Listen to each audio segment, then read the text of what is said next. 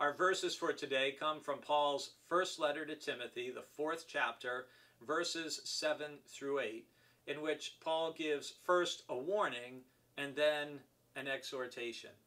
Paul writes, "Have nothing to do with profane myths and old wives' tales.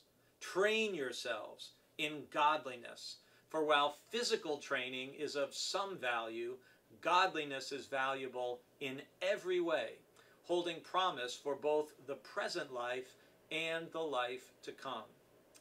What these verses teach us, first of all, is that Christians wasting their time with profane myths or controversies or conspiracy theories or old wives' tales is nothing new. And we want to make sure, Paul wants to make sure, that we're not wasting our time going down rabbit's holes in an Alice in Wonderland kind of way. Rather, Paul says, focus and train yourself in godliness. And here he sounds like a personal trainer in the spiritual sense.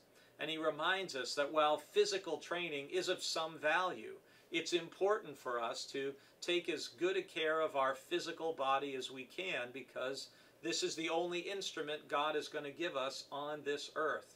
It's probably why Paul in 1 Corinthians mentions that, first of all, that our body is a temple of the Holy Spirit, and secondly, he reminds the Corinthians that we have been bought with a price, therefore glorify God in your body. And what he means by that is we are to train our body to make it a vessel for the Holy Spirit, and so we can be used as well as possible for God's purposes. But as important as physical training is, exercise, getting enough rest, coping with stress, eating in healthy ways, godliness is even more important. Because no matter how well we train and take care of and steward our physical body, it's still going to age and eventually decay and wear out.